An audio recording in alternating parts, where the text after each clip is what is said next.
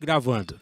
A cada 2 minutos, uma pessoa morre em decorrência de problemas cardíacos no Brasil. A vida estressante é uma das razões que levam esse dramático quadro. A cirurgia cardíaca é um tipo de tratamento para o coração que pode ser feito para reparar danos no próprio coração, nas artérias ligadas a ele ou para a substituição deste órgão. É um procedimento de alta complexidade. Por esse motivo, alguns esclarecimentos são importantes para que o paciente sinta-se seguro e sem dúvidas. Por isso, o programa Viver é Melhor conversa nesse instante com o Dr. Renato Max, cirurgião cardíaco, para esclarecer dúvidas sobre o pré e o pós-tratamento da cirurgia cardíaca. Seja muito bem-vindo à Super Rádio Brasil, ao programa Viver é Melhor, Dr. Renato. Boa tarde. Boa tarde.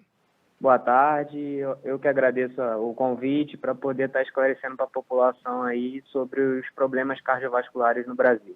Perfeito. Doutor Renato, para começar, com que frequência uma pessoa precisa visitar o cardiologista de modo a prevenir certas doenças cardiológicas? Bem, nesse contexto, assim, é importante sempre a individualização dos casos, né? Para o paciente que ele é ígido, não tem nenhuma doença já pré-diagnosticada, é importante que ele visite o cardiologista uma vez ao ano, a partir de 35 anos. Né? Mas se ele já tiver esse diagnóstico de alguma patologia cardíaca, seja hipertensão, algum infarto prévio, uma doença congênita, essa visita tende a ser mais precoce a partir do diagnóstico e mais frequente. Então é muito difícil a gente estabelecer um número e uma idade exata de visitas. Assim, é importante sempre a individualização dos casos. Correto. Quando é indicada uma cirurgia cardíaca, doutor Renato?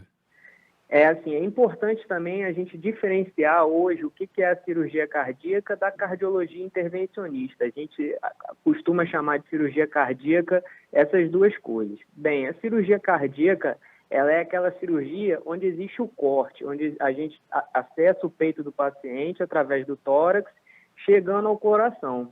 Já a cardiologia intervencionista, ela é através da virilha ou do braço, acessado intravascular, para o tratamento de algumas patologias cardíacas. Então, são esses dois tipos que a gente tem que diferenciar. E, geralmente, a indicação para a cirurgia cardíaca e para a cardiologia intervencionista, elas acabam se misturando e a gente individualiza para cada tipo de paciente. Então, assim, a gente consegue corrigir através desses dois procedimentos, problemas nas válvulas do coração, problemas na circulação coronariana, onde a famosa ponte de safena, ponte mamária, ou angioplastia, que é a colocação daquela molinha dentro da artéria do coração. E alguns defeitos cardíacos congênitos a gente consegue resolver através da cardiologia intervencionista ou da cirurgia cardíaca. Então, existem diversas indicações que levam o paciente a ser submetido a esses procedimentos e, mais uma vez, é importante o fato da individualização deles. Ok. Bom, doutor Renato, quais seriam as recomendações gerais necessárias antes de se realizar uma cirurgia? Quais recomendações médicas para o paciente que vai submeter a um procedimento cirúrgico? Bem, assim, a primeira parte do paciente ser submetido a uma cirurgia é importante que ele seja esclarecido da doença que ele possui, bem como do procedimento a ser realizado. Sim. Ou seja, o médico, através de algumas explicações de forma bem simples, clara e objetiva, explica ao paciente qual procedimento ele vai ser submetido e qual patologia que ele vem a ter e quais são as opções de tratamento. Depois disso, a gente consegue explicar os riscos para o paciente, estabelecer através de scores de risco, o risco daquela cirurgia em si. E também a gente precisa estar elucidando assim, algumas mudanças no hábito de vida dele, pré e pós-cirúrgico. Ou seja, a cirurgia em si ajuda no tratamento, mas não sozinha. Então, o paciente tem que estar, vamos falar numa linguagem mais popular, tem que estar jogando junto com o médico no que diz respeito ao tratamento. Ou seja, nada vai adiantar a gente fazer uma ponte de safena, ou trocar uma válvula do coração, se ele não mudar o seu estilo de vida, não tentar perder peso, não associar hábitos mais saudáveis, suspensão do tabagismo, redução do colesterol, entre outros. Então, e essas são as recomendações que a gente tenta passar para o paciente antes do procedimento cirúrgico. E volto a enfatizar, o principal aqui é explicar e esclarecer para o paciente o procedimento que ele venha a ser submetido. Ok. Bom, nós estamos conversando aqui na Super Rádio Brasil, no programa Viver é Melhor, com o Dr. Renato Max, cirurgião cardíaco. Doutor Renato, a gente falou então das questões aí, no que diz respeito ao relacionamento, à conversa, né? Sempre muito clara, objetiva, como o senhor colocou, entre o paciente com o cirurgião, com o cardiologista, antes de um procedimento, os riscos desse procedimento, mas e os cuidados que devem ter no pós-operatório, permitindo ao paciente garantir a sua recuperação, doutor Renato?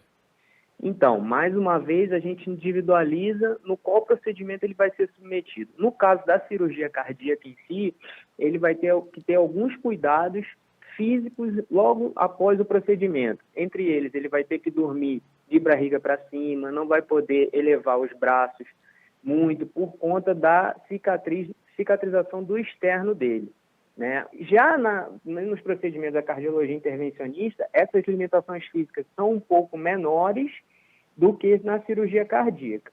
Já após a cirurgia, como também antes, a gente sempre enfatiza para o paciente, ele está ajudando no tratamento dele, através do uso das medicações em horários e frequência correta, na prática de atividade física, óbvio que com orientação de profissional competente, né, redução dos níveis de colesterol, redução da ingestão de sal, né, perda de peso. Então, tudo isso no pós-operatório do paciente vai levar a que ele tenha uma vida melhor nesse pós-operatório e existe uma prevenção secundária do problema cardiológico dele. Porque a gente ajuda no tratamento na cirurgia, mas a gente não exclui o fator genético e essa doença que já está estabelecida no coração dele. Então, é muito importante que o paciente seja conscientizado disso e que ele venha a ajudar nesse tratamento. Ok. Bom, doutor Renato, estamos chegando ao final dessa nossa entrevista, desse nosso bate-papo. Então, dependendo da situação, aí a gente imagina que são graus de complexidade diferentes, né? Mas a cirurgia cardíaca, no pós-cirurgia cardíaca, é possível levar uma vida normal, né, doutor? Olha, muita gente acredita que a cirurgia cardíaca é incapacitante. Assim, pelo contrário, né? Um dos benefícios, né, da cirurgia cardíaca é realmente a melhora da qualidade de vida, né, melhora dos sintomas da doença em si que ele tem, né? Dependendo da patologia, ele vai ter uma vida normal, né? A cirurgia se tornou curativa da patologia dele. Então, assim, a gente não pode generalizar falando que a cirurgia cardíaca é limitante, o paciente vai ter que ficar acamado em casa, não vai poder mais trabalhar, né? Óbvio que existem patologias que levam a isso, infelizmente, que a gente ainda não tem uma evolução no tratamento, mas existem patologias que o paciente tem uma vida normal. Eu, por exemplo, tenho alguns pacientes que foram operados e hoje têm uma vida praticamente normal, praticam atividade física competitiva, né? E ninguém é capaz de dizer que ele foi submetido a um procedimento de cirurgia cardíaca. Ok. Doutor Renato Max, cirurgião cardíaco, nosso muito obrigado mais uma vez por sua participação aqui no programa Viver é Melhor. Até uma próxima oportunidade.